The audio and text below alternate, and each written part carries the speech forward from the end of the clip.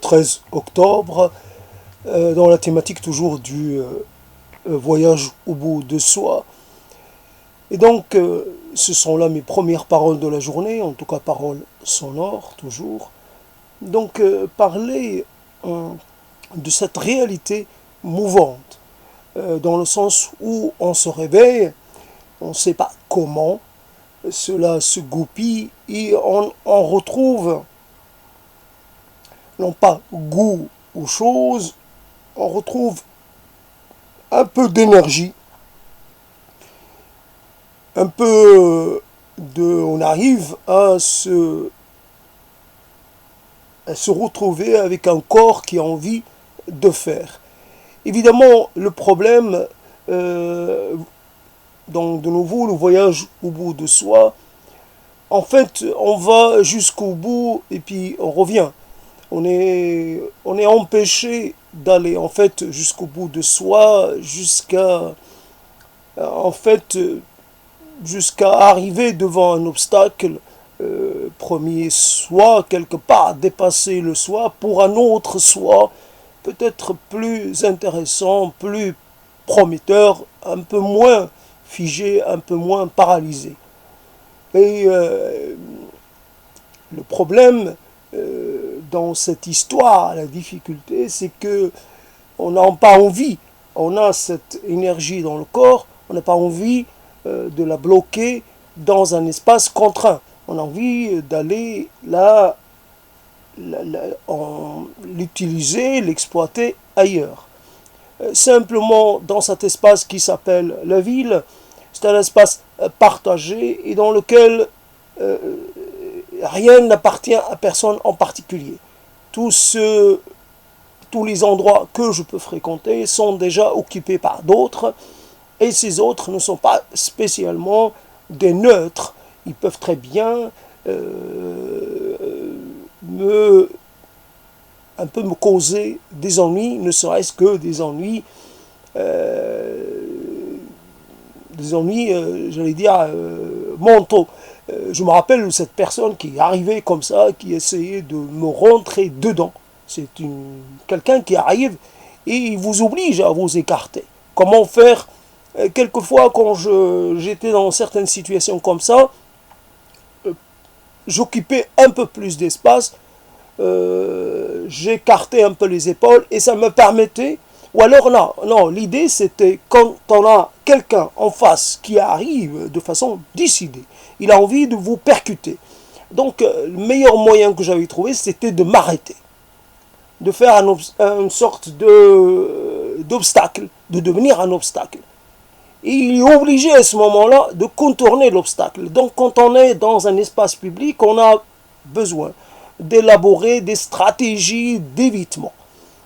Comme par exemple la fois où j'ai voulu aller jusqu'au bout d'une sorte de test. Je m'auto-testais. Donc je me disais, espace public, voilà. Et bien sûr, la zone d'intimité, la zone de confort, moi je ne veux pas la respecter. Les gens, n'importe comment, ils obligent à faire des détours. Souvent, quand il s'agit de se promener, il est toujours intéressant et je pense que ça a été déjà fait. Donc il y a la dynamique des foules, ça c'est étudié par des gens très motivés. Il y a aussi le déplacement d'un individu. Si par exemple on colle un individu comme on collerait, comme on mettrait un colorant à quelque chose, puis on verrait un peu son déplacement dans le corps, un liquide, on mettrait une sorte d'élément électronique à quelqu'un, et puis qui va dessiner une sorte de son trajet. Alors le trajet va être tout sauf droit. Le trajet va être fait de courbes et de courbes et de courbes, hein, quelquefois des courbes bien claires, et c'est cela. Dans un espace public, les gens vous forcent à faire des détours. Et moi, je me rappelle ces détours que j'avais pas envie de faire. Donc, j'ai marché à côté d'un bien qui appartient à quelqu'un. Mais normalement, quand quelque chose vous appartient, normalement, je ne sais pas comment dire. vous arrivez avec un bien et avec ce bien, vous étendez votre, j'allais dire, votre espace. Non seulement il faut rester, euh, il faut éviter une personne qui s'est approprié un bout d'espace. Il faut, par exemple, quand il s'agit d'une personne, peut-être un mètre, il faut être 1 mètre, 80 centimètres, mais quand il s'agit, la personne, normalement, elle ne craint pas grand-chose parce qu'on ne peut pas l'emporter. Donc, de sa part, on peut franchir un peu les limites, on peut jouer avec les limites, mais il n'y aura pas de geste. Mais quand cette personne a quelque chose, un objet, auquel elle tient, et elle le met à côté d'elle, ce qui fait qu'à ce moment-là, il faut prendre cet élément en compte. Voilà, l'espace public, c'est un espace qui peut être intéressant dans un moment de nos vies, c'est là où on va se fournir en rencontre. Bien entendu, on peut très bien aimer l'élément aléatoire, et donc ça offre une série d'aléatoires. Bien entendu, ce ne sont jamais des aléatoires très productifs. À un moment, ça devient très semblable, reproductif. Enfin, c'est voilà donc l'espace pour parler de cette énergie, pour revenir sur le propos initial, l'énergie que j'ai encore. Et donc, et au lieu de me déplacer, je reste assis à dire ces choses-là. Et donc, fondamentalement, l'espace, c'est la magie de l'espace personnel, ou l'espace qui appartient à un groupe, pas obligatoirement à un groupe auquel vous êtes affilié, un clan. Vous avez un espace partagé par un clan, propriété d'un clan. Et à ce moment-là, vous êtes dans une sorte de... C'est-à-dire, là encore, on parle de ce qui est de l'ordre de l'espace personnel, de ce qui est un peu la zone de confort. Votre zone de confort est augmentée de façon considérable. Et ce n'est pas quelques mètres, c'est des centaines de mètres et des centaines de mètres. Vous pouvez vous promener, c'est votre terrain. Personne ne viendra vous dire quoi que ce soit quand vous êtes sur vos propres terres.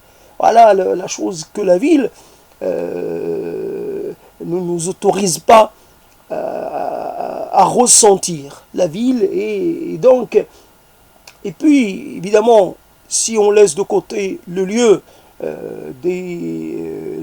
les espaces fréquentés par les gens, quand on marche dans la rue, il ne se produit rien. On n'a pas quelqu'un qui va vous voir venir et qui va vouloir faire une surprise ou vous offrir une fleur. Jamais cela ne se produira. Ou quelqu'un qui va vous arrêter et vous dire « Bon, je voudrais vous arrêter, j'ai besoin d'un peu de votre temps. J'ai envie de savoir qui vous êtes. » Pas quelqu'un qui voudrait vous raconter son histoire. Non, quelqu'un qui vous demande qui vous êtes. Est-ce que vous, quelque part, quel est votre sentiment par rapport à ce lieu, etc. Et qu'est-ce que vous connaissez de ce lieu, son histoire, et quelle est votre histoire avec ce lieu, par exemple. Si simplement, ou à quelqu'un comme ça, voilà, qui vous ouvre sa porte, tout simplement. Voilà le rêve, un peu, on peut rêver, par exemple, et réaliser son rêve d'aller sur Mars, mais pas tellement ça paraît de l'ordre de l'impossible, 1000 fois impossible, que quelqu'un, comme ça, spontanément, vous ouvre sa porte pour vous offrir quelque chose. Sans, bien sûr, c'est pas quelqu'un qui aurait un échange à vous proposer, une échange de service, c'est pas une invitation d'ordre sexuel. Ça, c'est autre chose, ça arrive. Mais évidemment, plus on avance dans l'âge, plus la possibilité devient nulle. Et voilà donc le problème. Le problème, c'est qu'on va avoir de l'énergie. Cette énergie, si on a une personne avec qui la faire fructifier, elle va retomber. Elle va retomber parce qu'on aura fait des allers-retours, on aura déplacé des objets, on aura effectué quelques tâches d'entretien. Et bien finalement, ça retombe. Voilà l'horizon, notre horizon, un peu ridicule et un peu rikiki. Et vraiment, c'est dommage qu'on soit limité comme ça. Mais c'est le prix à payer pour avoir un espace à soi. Et c'est je veux dire, pour pouvoir, le fait de vouloir vivre dans un lieu qui est un lieu anonyme et un lieu eh ben, qui ne vous procure aucune occasion d'exister dans la vie d'un autre. Alors, c'était quoi l'idée à laquelle j'ai pensé? Oui, par rapport à ce que j'ai dit hier, et en fait, le problème avec les mots, c'est que quand on se définit à un moment donné, on dit notre sentiment par rapport à nous-mêmes, seulement il est possible, il est toujours possible qu'on soit dans une sorte d'à peu près, et même dans une sorte de presque de posture ou de excès de langage. C'est pas, c'est comme cette chose qu'on visualise, enfin, la chose dont on prend conscience une fois après qu'elle se soit déroulée. La conscience vient après l'événement. Et la conscience de l'événement vient après la survenue de l'événement. Donc on est en décalage. On est en décalage. Le décalage va avec le mot peut être assez conséquent. Je ne sais pas comment me définir. Quand je tente de me définir, je suis dans le faux. Je suis dans une sorte de n'importe quoi, sauf dans le vrai du vrai. D'ailleurs, le vrai du vrai, je ne sais pas. Et donc, pour voilà, avoir un lien avec le propos de ce moment, de cet instant, c'est que on voit le problème, et là, c'est qu'on est, comme par rapport à la vérité est quelque chose qu'on ne possède pas, la vérité est quelque chose de mouvant, et la vérité d'un instant, peut-être la non-vérité de l'instant, d'un instant peut-être rester d'un autre, un instant à chaque fois, la vérité peut se dépasser, la vérité peut prendre des aspects différents, etc. Elle n'est pas, elle n'est pas stable, elle ne peut pas être stabilisée, on ne peut pas la fixer. Elle est toujours dans une sorte de, elle change de forme, elle change elle change d'identité, voilà, la vérité, d'ailleurs c'est son intérêt, c'est parce elle est impossible à posséder une fois pour toutes, c'est ce qui nous donne envie de toujours courir derrière. Je cours après une vérité, s'il vous plaît, donnez-moi une vérité, je vous prie, auriez-vous une vérité pour moi, parce que vraiment, de ce côté-là, je suis diminué. Voilà, on peut toujours faire comme ça. Et donc la chose par rapport, c'est qu'on est évidemment un être avant tout, et pour tout, on est un être biologique, et finalement, bien sûr, en interaction avec un environnement. Mais on peut se retrouver suite à des mécanismes chimiques qui pour moi sont assez opaques. On peut se retrouver comme ça, doté d'une sorte d'énergie sans savoir d'où ça vient exactement. Bien entendu, il y a des éléments qui peuvent très bien se mettre en association, se mettre ensemble, parce que quelquefois l'état d'un moment, c'est le résultat de plusieurs moments auparavant. C'est une parole qui m'a été dite, c'est une scène à laquelle j'aurais pensé, c'est plein de petites choses qui en fait à un moment concourent à la production d'un état émotionnel particulier ou d'un état psychique particulier. Donc ça se travaille beaucoup en amont. Mais le résultat est quand même assez interpellant. À quel point, et donc quand on dit de soi qu'on est comme ça, ce n'est pas vrai. On est comme ça au moment où on le dit. Et déjà, quand on le dit, on ne l'est plus tellement. Alors qu'on est...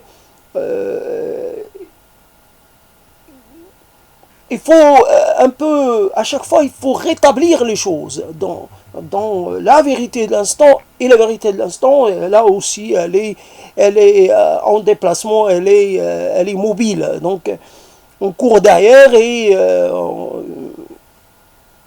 voilà. D'une certaine façon, je cours derrière quelqu'un, je demande qui il est, mais en même temps, quand il me dit qui il est, ben, l'instant d'après, ben, il a changé de forme, alors il a changé d'aspect. Donc je lui ai demandé, mais qu'est-ce que vous êtes devenu? Qu'est-ce que vous êtes maintenant? Le temps qu'il me le dise, il a encore changé. Qu'est-ce que vous êtes en cet instant? Chaque fois, donc, l'instant que je vis est un instant qui je sais que je ne peux pas l'identifier formellement, je dois le vivre, voilà, le prendre tel qu'il est, et essayer d'en faire, d'en faire quelque chose. Voilà donc la chose. Alors je ne sais pas ce que j'ai dit des choses, après c'est toujours jamais évident. Donc voyage au bout de soi. Simplement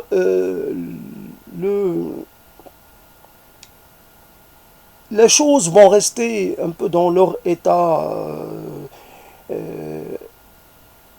un peu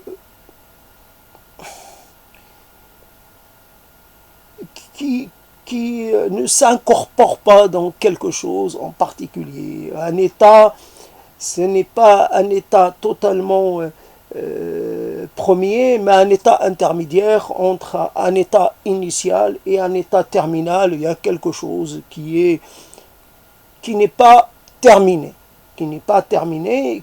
Et donc les choses qui ne sont pas terminées, ben, ce n'est pas l'usage qui peut en être fait est relativement limité. C'est une chose qu'on ne peut pas considérer comme un déchet. Ce n'est pas, on ne peut pas jeter. Ce n'est pas quelque chose qui serait considéré comme mal fait. Donc la forme, la forme est parfaite, mais il reste l'étape ultime, la dernière étape qui permet à cette forme de pouvoir un peu remplir la fonction pour laquelle elle a été mise en, elle a été mise elle a été mise au monde, voilà. Donc on ne sait jamais, on a toujours un problème pour savoir à quoi l'on peut servir et à partir de quel moment on va pouvoir servir. Donc à partir du moment où peut-être où on aura un peu compris les choses, où on aura eu accès à quelque chose de plus conséquent dans le domaine des vérités et dans le domaine des lois qui régissent les choses. C'est à ce moment-là qu'on cherche toujours à comprendre les mécanismes, les systèmes, les interactions entre les choses. Moins on est plus dans la tentative de compréhension, et quand on reste comme ça, on n'est pas dans l'action, on est toujours dans une sorte de retrait. Pour comprendre, il faut agir. L'action permet peut-être de de tester la solidité d'une pensée, la solidité d'une lecture de quelque chose. Voilà l'intérêt comment on interprète une chose, comment on la voit, comment on la considère, à partir du moment. C'est vrai, par exemple, simplement je prends quelque chose. Il y a eu à un moment donné, je sais pas, j'essaie de mettre un élément biologique qui m'a... Je me suis arrêté beaucoup sur cette chose qui est dans 1904, donc la ferme des animaux. Et donc dans cet échange, l'âne se plaint d'avoir trop de mouches. Et alors il y a quelqu'un qui est à côté de lui, je ne sais pas quelle est cette personne, et donc il lui répond, ben, Dieu t'a donné une queue. Alors l'âne a répondu, j'aurais aimé n'avoir ni queue ni mouche. Bien entendu, il y a une fonction. Je suis resté très longtemps, jusqu'à maintenant, sans penser à la fonction des mouches. Les mouches ne sont pas là pour embêter les ruminants, nullement, ou les autres. Les mouches ont une fonction. On nous a appris, voilà, que chaque chose a une fonction. Pas toujours, peut-être pas toujours vrai. Il est possible qu'il y ait quelque chose qui ne correspond pas à son modèle. Son modèle, comme tout modèle, il ne peut pas être, je veux dire, valable pour tout. C'est dans la nature même du modèle de correspondre à un nombre de cas, mais de ne pas prétendre à la totalité, correspondre à la totalité des cas. Parce qu'un modèle, s'il existe un modèle, il peut en exister un autre, bien entendu. Donc, c'est vrai. Mais par exemple, je pourrais me poser la question, à quoi ça peut servir l'existence des cactus? Un cactus que j'ai mangé quand c'était possible et dont je me suis régalé. Mais un cactus, c'est une vacherie sur racines. C'est vraiment un système totalement...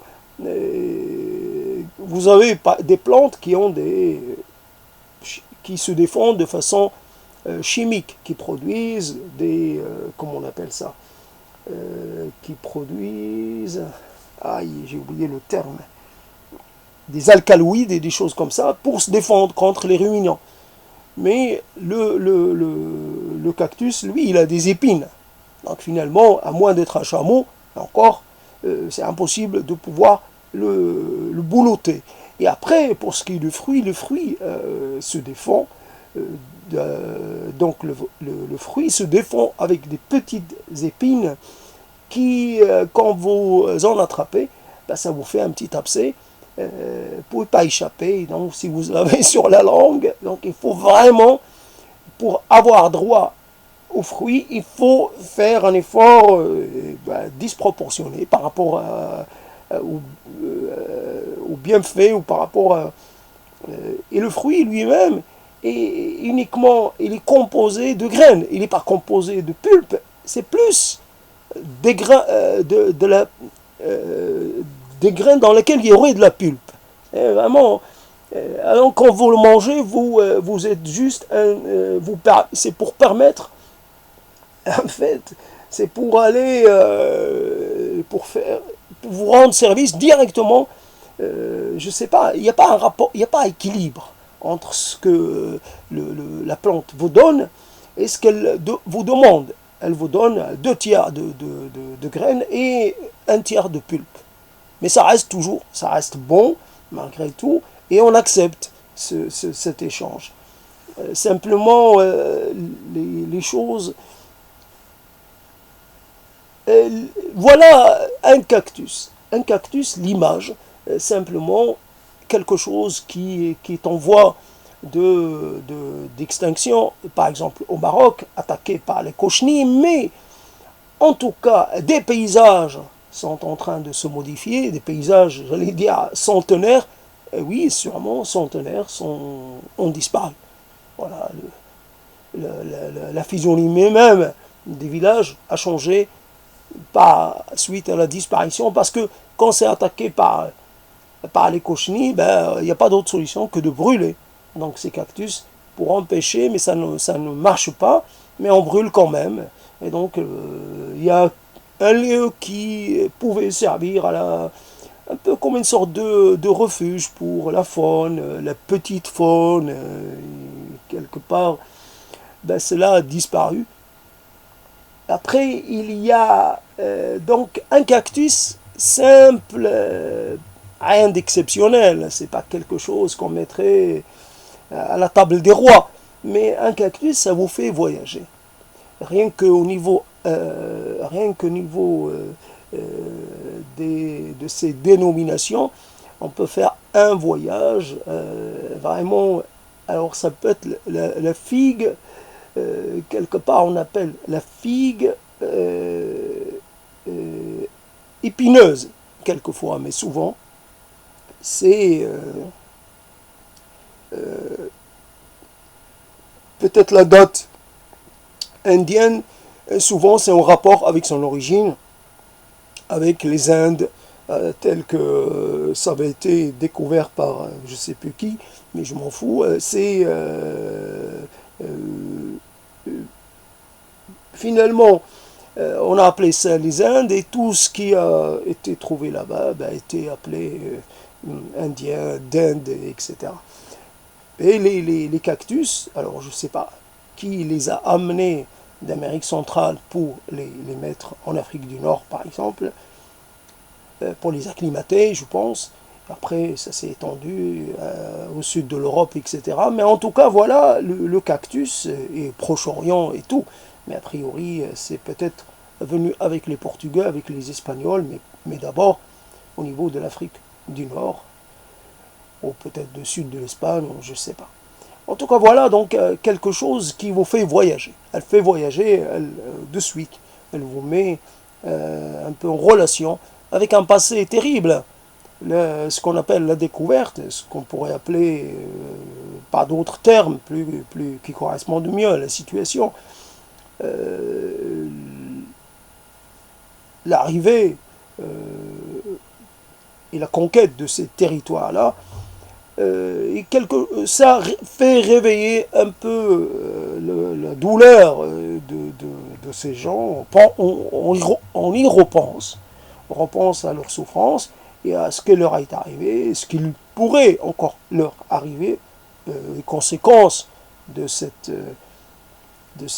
éruption d'un autre peuple chez un autre peuple, et puis chez même d'autres peuples, beaucoup de peuples, et puis on arrive à la situation, évidemment le fruit c'est l'été, c'est peut-être la Méditerranée, c'est peut-être aussi l'Atlantique, on est dans un voyage historique, un voyage donc temporel, un voyage spatial, simplement à l'évocation de quelque chose d'assez modeste.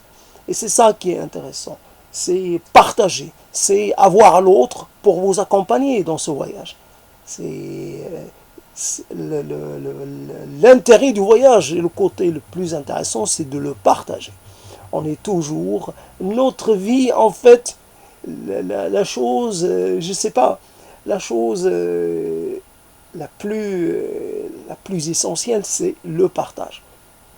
C'est simplement, on mange quelque chose et on la trouve goûteuse, on la trouve excellente, mais on pourrait la trouver encore plus excellente en le partageant ou en la mettant directement dans la bouche de l'autre.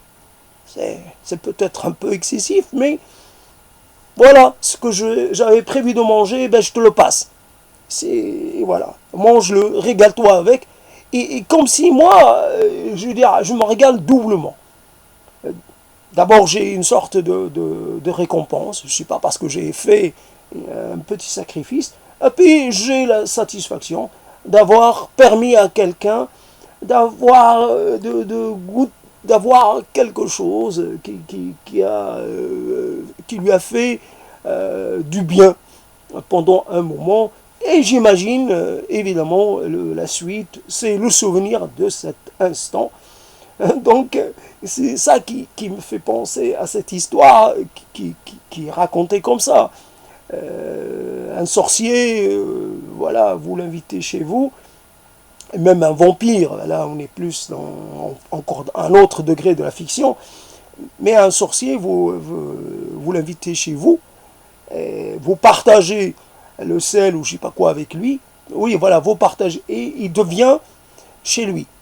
Voilà la chose. Mais c'est une métaphore. Un vampire, vous lui demandez, vous lui dites d'entrer, il est chez lui.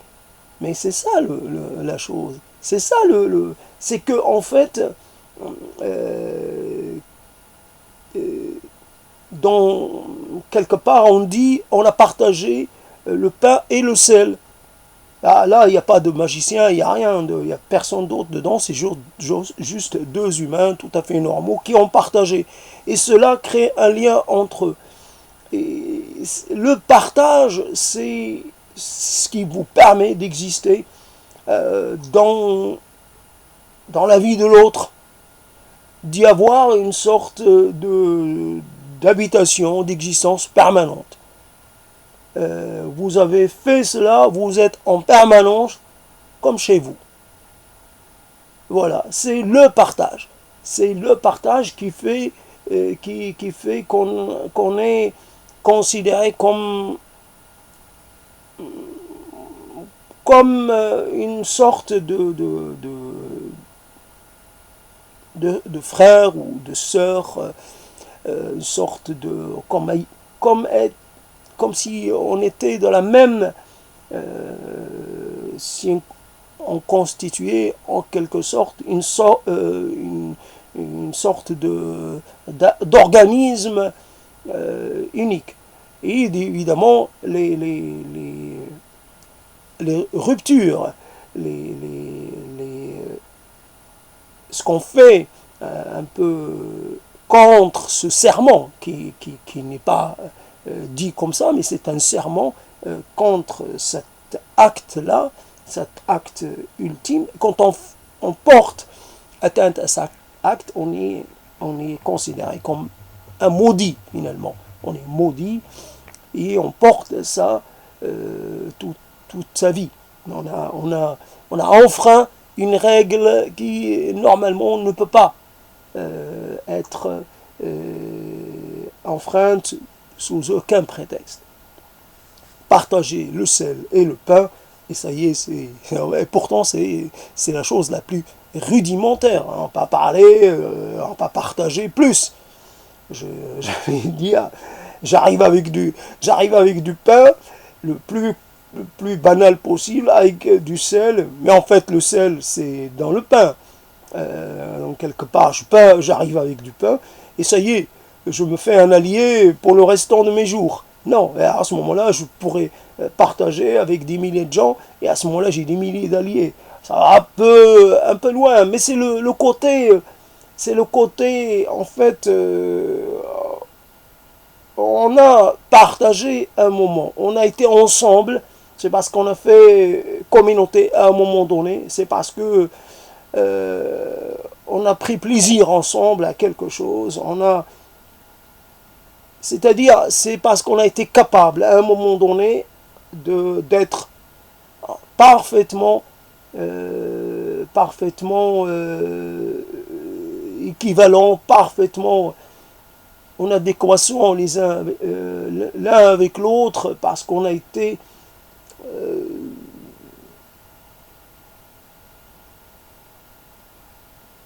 oui, et donc cela est fait émerger quelque chose qui ne peut pas être effacé, jamais effacé. C'est un instant de partage et ça y est, ça vous marque pour le restant de vos jours. Voilà, donc je sais pas, j'ai mis quelque chose comme ça dans ce propos. Peut-être que ce n'était pas tout à fait pertinent, pourquoi pas. Je me fatigue un peu, alors je voulais mettre quelque chose avant de terminer. j'arrive à 34, je peux terminer sans regret. Simplement de ces voyages qu'on fait, on fait des voyages. Simplement, je regrette que vous ne soyez pas là. Mais c'est parce que, mais c'est aussi d'un autre côté, c'est parce que j'ai des tonnes et des tonnes de regrets au fond de moi-même que j'entreprends de ces paroles. Si j'étais, si j'avais ce qu'il me fallait, jamais j'aurais éprouvé le besoin d'aller parler.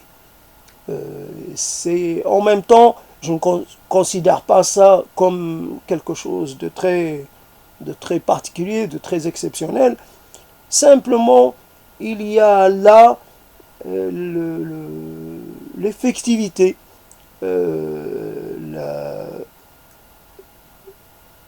d'une sensation. On rend quelque chose beaucoup plus effectif, beaucoup plus existant que si ça avait été, que si c'était resté entre deux personnes dans une sorte d'intimité. Là, je rends la chose publique. Je lui permets d'exister au-delà de mes contraintes et personnelles. C'est quelque chose qui va naviguer dans l'espace numérique, je ne sais pas pendant combien de temps. C'est ça aussi, un peu comme quelqu'un qui s'amuserait à jeter une sorte de bouteille. Alors c'est peut-être pas seulement, c'est une série de bouteilles à la mer. En fait, il s'en fiche un peu de recevoir des réponses. Il s'en fiche même que les bouteilles arrivent quelque part.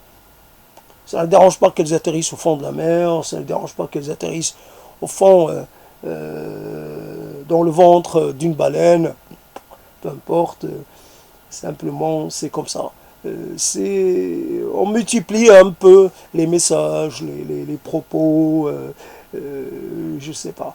On parle de choses qui n'ont peut-être jamais existé, simplement. Je suis comme quelqu'un qui dirait je suis amoureux de la princesse d'Hélène, tiens, d'Hélène de Troie. Hélène de Troie, simplement dans une sorte d'impossibilité, j'allais dire chronologique, hein, qui chanterait les louanges de quelqu'un qui dit pas je veux du présent, mais qui dit je veux du passé. Voilà, mais il y a aussi le côté un peu capsule temporelle de ce travail, c'est-à-dire les choses qu'on met et qu'on laisse pour y revenir quelque temps après. Et c'est un peu, ça sera peut-être un peu une surprise, ou ça sera peut-être quelque chose d'assez peu intéressant. Ça peut décevoir aussi, c'est possible. Tout est possible. Il faut tout accepter. La vie, c'est cela. Il faut accepter les moments, un peu les moments de sorte, j'allais dire, déliquescence, les moments où en fait on s'affaisse, et les moments où on récupère un peu de contrôle sur son corps, un peu de contrôle sur son psychisme. C'est très bien. En effet, de toutes ces choses-là. Et puis c'est tout.